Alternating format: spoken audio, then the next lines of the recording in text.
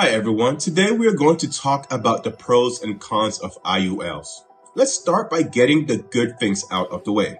It typically takes about 10 to 15 years to build significant cash value. Fees are front-loaded, meaning it's higher during the first few years, and then in later years you are paying less fees, which makes sense because if you're old, you probably don't want to work a lot. This video is brought to you from the Family Shield. We specialize in offering retirement plans including 401k and Roth rollovers to annuities. For more information, click on the link in the description below. So that is a good thing. The next pro to IULs is that you can take out a loan anytime on a cash value, which typically has a lower interest rate than traditional loans because you are lending to yourself. So the whole thought of being your own bank comes from this thought process. Also, IULs are generally geared towards people that are younger, somewhere between 30 to 40 years, to allow the buildup of cash value and the front loading of fees. And though IULs follow the trend of an index, there is no stock market risk. So if the stock market or global indices go down, you will not be negatively impacted. But if it goes higher than the stated yield in your policy, that is called a ceiling, and that is what's kept.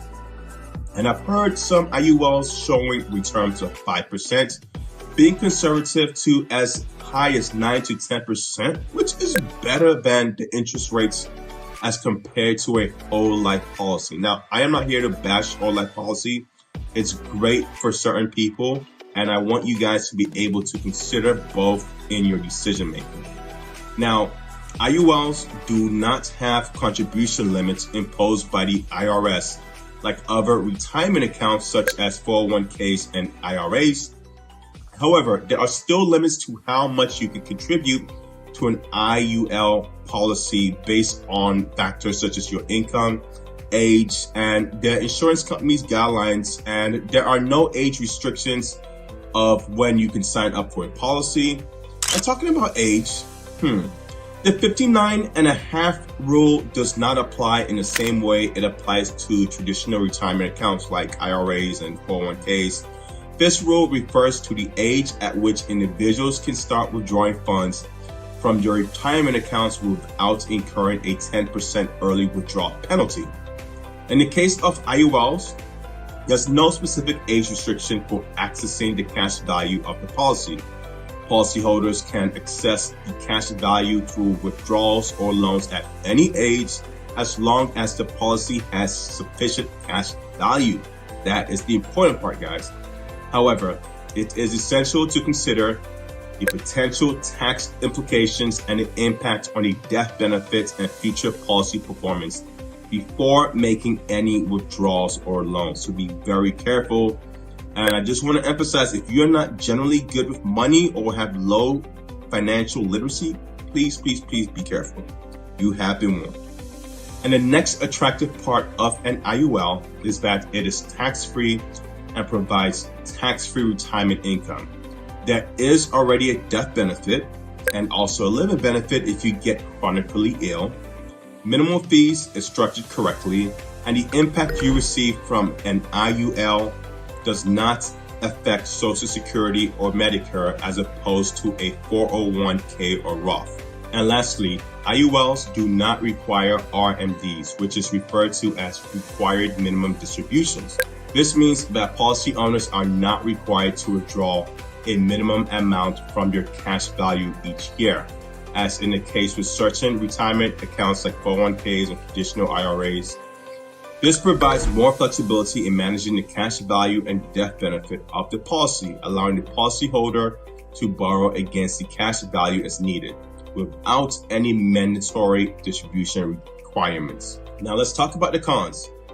Make sure to avoid bad agents who are adding more than the competitive rate when it comes to commissions and fees. And so it would make sense to shop around and compare. Or if you have a friend that works in the industry, have them take a second look at the policy. And in the context of IULs, the fees and death benefit are correlated, which implies that the fees associated with an IUL policy may be impacted by the size of the death benefit. The IRS has minimum requirements for the death benefit in life insurance policies to ensure they qualify for tax benefits. If the death benefit is reduced to the smallest amount allowed by the IRS, the fees associated with the IUL policy may be affected. This is because the fees are often calculated as a percentage of the death benefit. So a smaller death benefit could result in lower fees, okay?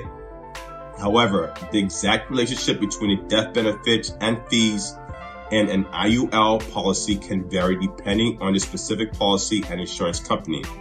It's important, guys, to review the terms and conditions of an IUL policy to understand how the death benefit and fees are related.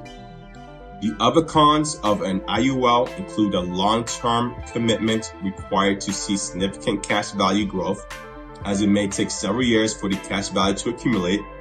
Also, the cost of insurance within an IUL policy is based on age rating, meaning that the cost increases as the policyholder ages, and the insurance amount can also impact the cost of insurance. An investment performance in an IUL is not guaranteed, as it is tied to the performance of an index, such as the S&P 500. While the policy's cash value can benefit from positive index performance, it can also be affected by negative index performance, although the policy's cash value is protected.